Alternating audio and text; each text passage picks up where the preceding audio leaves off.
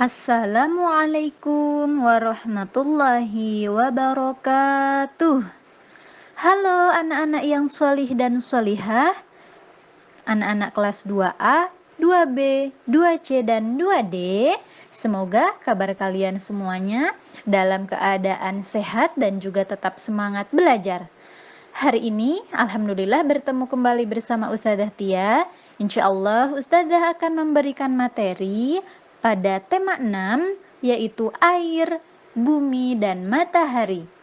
Subtema 1 yaitu air, dengan materi manfaat air dan keberagaman suku bangsa. Mari anak-anak, kita mulai pembelajaran hari ini dengan membaca basmalah bersama-sama. Bismillahirrahmanirrahim. Baik anak-anak, materi yang pertama, ayo mengamati. Coba anak-anak perhatikan beberapa gambar yang ada di layar kalian. Apa yang kalian amati? Ya, gambar yang pertama di sini terdapat sungai, kemudian terdapat pantai, kemudian terdapat air terjun dan hujan. Coba sekarang anak-anak amati dari keempat gambar tersebut. Ini adalah beberapa sumber air. Salah satunya terdapat dari sungai, air terjun, hujan, dan juga air laut. Tetapi tentunya ada beberapa air yang termasuk air bersih dan juga air kotor. Mari kita lanjutkan. Ayo menanya. Coba anak-anak buatlah pertanyaan dari hasil pengamatanmu. Nah, di sini contoh pertanyaan yang pertama. Dari manakah kita bisa mendapatkan air bersih? Contoh pertanyaan yang kedua, apakah air sungai dan air danau dapat kita gunakan untuk kebutuhan sehari-hari? Contoh pertanyaan yang ketiga, bagaimana bentuk air terjun? Nah, anak-anak juga bisa membuatnya di rumah ya. Pertanyaan berdasarkan hasil pengamatan kalian. Ayo mencari informasi. Air sangat bermanfaat bagi kehidupan kita. Semua makhluk hidup membutuhkan air.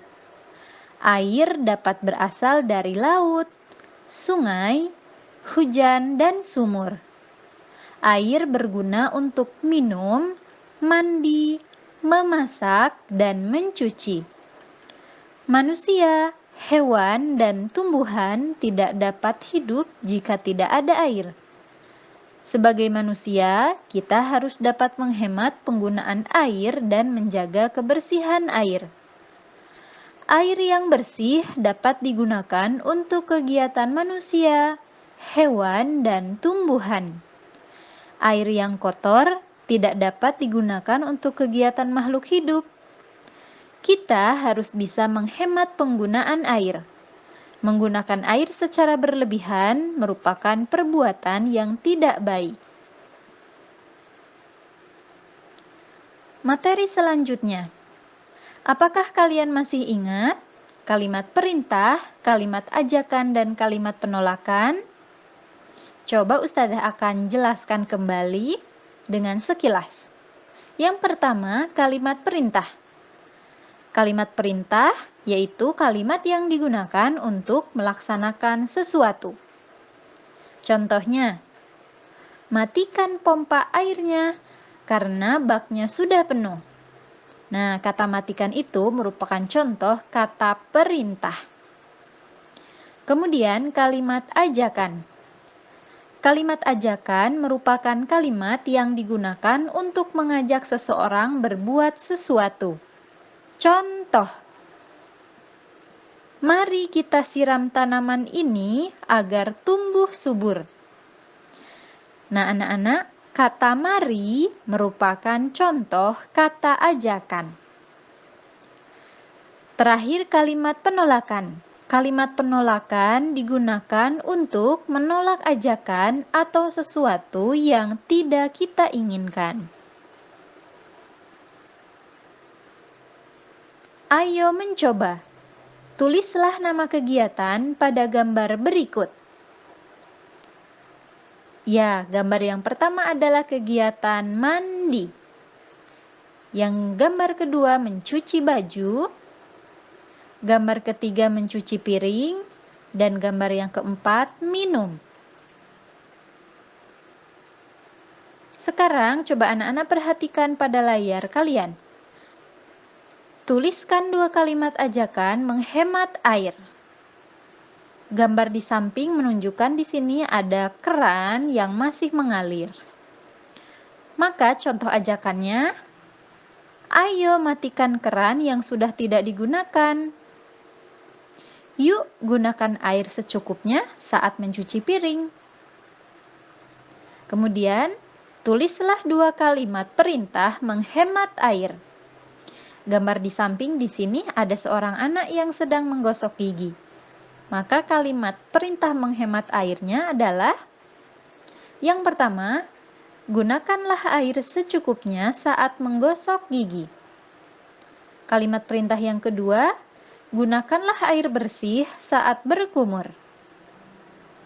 Dan yang terakhir, tulislah 2 kalimat penolakan untuk tidak menggunakan air secara berlebihan.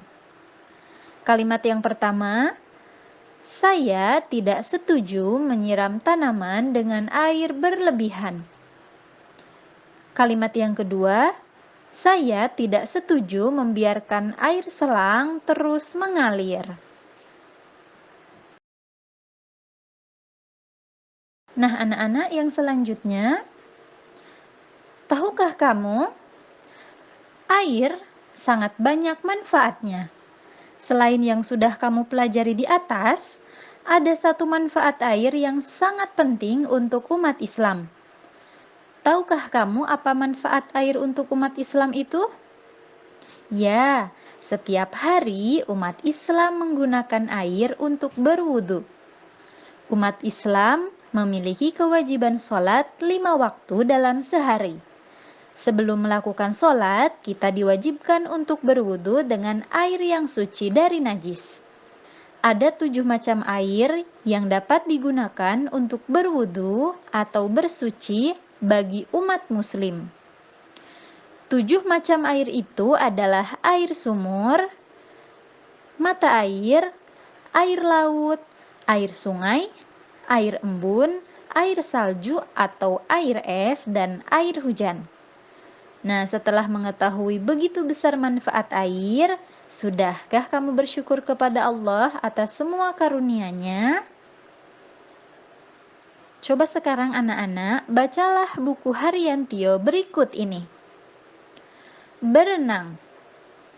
Hari Minggu pagi, ayah mengajak aku dan kakak berenang. Kami berangkat pukul 8 pagi. Jarak rumah ke kolam renang tidak jauh. Kami naik angkutan umum. Dalam waktu 15 menit, kami sudah tiba di sana. Ayah meminta kami melakukan pemanasan terlebih dahulu. Pemanasan sangat penting. Tujuannya agar tidak cedera saat kami berenang. Aku belum pandai berenang. Kakakku sudah pandai berenang. Kakakku berenang di kedalaman 1,5 meter. Aku belum mahir berenang. Ayah memintaku untuk selalu menggunakan pelampung. Aku berenang di kolam renang anak yang tidak terlalu dalam. Ayah selalu mengawasiku saat berenang. Sekarang, lengkapilah kalimat berikut sesuai dengan teks di atas. Yang pertama, hari Minggu, ayah mengajak Tio dan kakaknya pergi.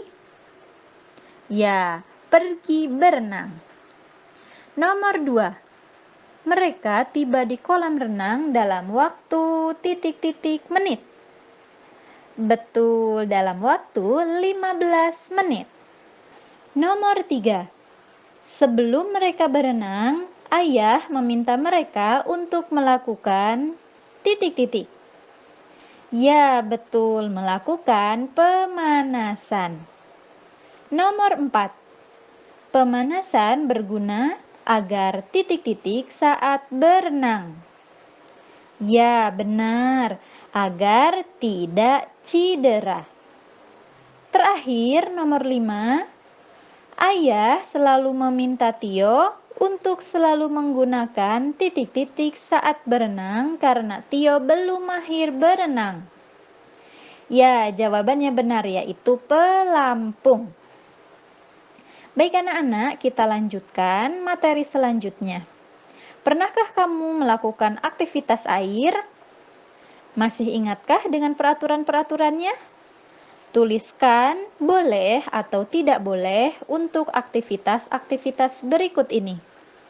Yang pertama, anak-anak berenang di kolam renang orang dewasa yang dalam. Ya, tentunya tidak boleh. Nomor 2, bermain di sungai yang arusnya deras. Ya, tentu saja tidak boleh. Nomor 3, memakai pelampung ketika belum bisa berenang. Ya, tentu saja boleh. Nomor 4, menaiki sepeda bebek di danau bersama orang tua. Boleh. Oke, nomor 6, berenang di pantai yang curam dan berombak besar. Ya, tentu saja tidak boleh. Nomor 7, hujan-hujanan dan tidak segera ganti baju. Itu juga tidak boleh. Nomor 8, melakukan pemanasan sebelum berenang. Boleh. Kemudian nomor 9, berenang dengan didampingi orang dewasa. Tentunya boleh. Terakhir nomor 10, menggunakan kacamata renang saat berenang. Boleh. Nah, anak-anak, ini tadi adalah aktivitas air dengan peraturan-peraturannya. Sekarang, ayo anak-anak komunikasikan. Yang pertama, apa manfaat air? Yang pertama, bisa untuk memasak, bisa untuk mandi. Kemudian, untuk menghemat air, yang kita lakukan adalah bisa saat mandi menggunakan air secukupnya, kemudian mematikan keran. Kemudian yang terakhir, ada peraturan yang diterapkan ketika kita melakukan kegiatan air, yaitu yang pertama, menggunakan air secukupnya.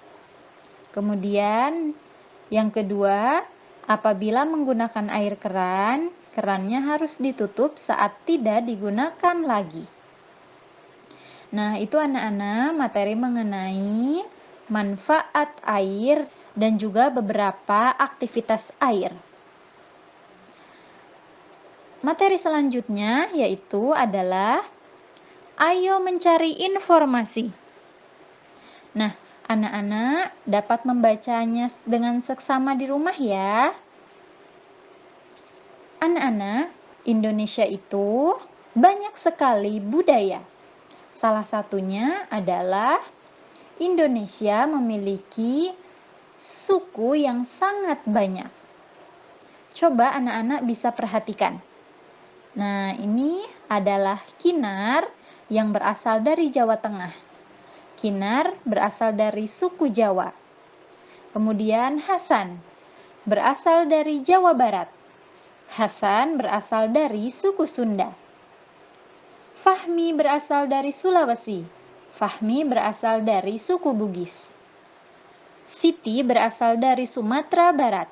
Siti berasal dari suku Minang. Kamal berasal dari Jakarta. Kamal berasal dari suku Betawi. Nur berasal dari Kalimantan Timur. Nur berasal dari suku Dayak.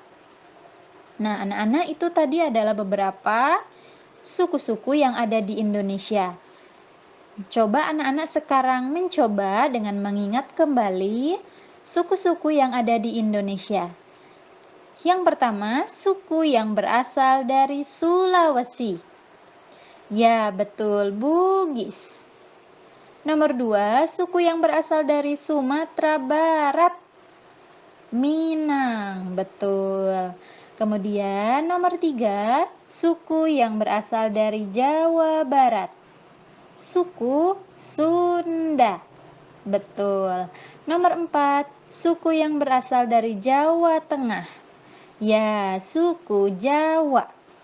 Kemudian nomor 5, suku yang berasal dari Jakarta, yaitu suku Betawi. Terakhir, suku yang berasal dari Kalimantan Timur. Betul anak-anak semuanya, yaitu suku Dayak. Selanjutnya anak-anak, ayo mencoba. Lengkapilah soal-soal di bawah ini. Negara kita adalah titik-titik. Indonesia. Betul. Nomor 2, Indonesia memiliki keberagaman suku bangsa karena Indonesia terdiri dari titik-titik suku bangsa. Banyak jawabannya. Terdiri dari banyak suku bangsa. Nomor 3, kita harus saling titik-titik dan titik-titik antar suku bangsa di Indonesia. Apa jawaban yang tepat? Ya, kita harus saling menghormati dan menghargai antar suku bangsa. Nomor 4, meskipun berbeda suku bangsa, kita harus titik-titik agar menjadi bangsa yang kuat. Ya, kita harus tetap bersatu. Nomor 5, contoh sikap bersatu sebagai bangsa Indonesia misalnya menghargai teman yang berbeda suku bangsa. Sekarang anak-anak kita akan mengkomunikasikan. Kita isi bagian titik-titik yang ada pada bacaan berikut. Keberagaman suku bangsa di Indonesia sangat banyak. Untuk itu kita harus bersatu agar Indonesia tidak terpecah-pecah. Contoh keberagaman di Indonesia misalnya perbedaan suku bangsa. Salah satu contoh nama suku di Indonesia adalah Betawi, terdapat dari daerah Jakarta. Demikianlah anak-anak, materi terakhir yaitu mengenai keberagaman suku bangsa. Semoga anak-anak semuanya dapat memahaminya dengan mudah. Mari kita tutup pembelajaran hari ini dengan mengucapkan hamdalah bersama-sama. Alhamdulillahirabbil alamin. Ustadzah akhiri, wassalamualaikum warahmatullahi wabarakatuh.